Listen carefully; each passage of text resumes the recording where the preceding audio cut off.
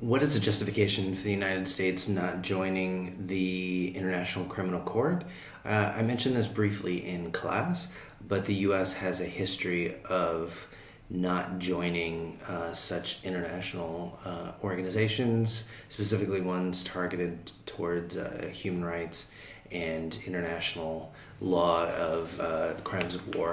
And I think the main justification that the U.S. government has given over the last 15 to 20 years is the fact that the U.S. plays a unique role in the world, and that there is a heightened risk for the U.S. compared to other countries for being the targets of frivolous lawsuits and being politically targeted for what they're doing in the international realm.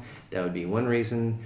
The second reason is that the U.S. feels like they have a strong rule of law within the country, and that the U.S. would be able to prosecute any crimes that would go to the ICC in the domestic courts within the U.S., and so it's less than necessary. Of course, the ICC says that they are a court of last resort, and that if the state itself follows and investigates any particular cases, then they wouldn't have to investigate it.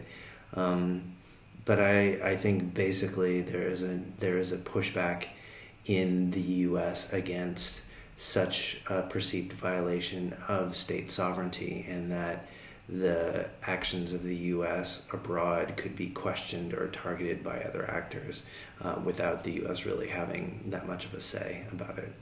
Hopefully that gives you an idea. And the U.S. is not a member of a whole bunch of different organizations, from the Convention Against the Elimination of Discrimination Against Women, never joined the League of Nations, took a couple of decades to sign the Genocide Convention. It wasn't until the 1970s that they did that. So it's been, actually 1980s, it's been a recurring phenomenon that the U.S. does not join in these kind of international efforts, although they do advocate the passage of these kind of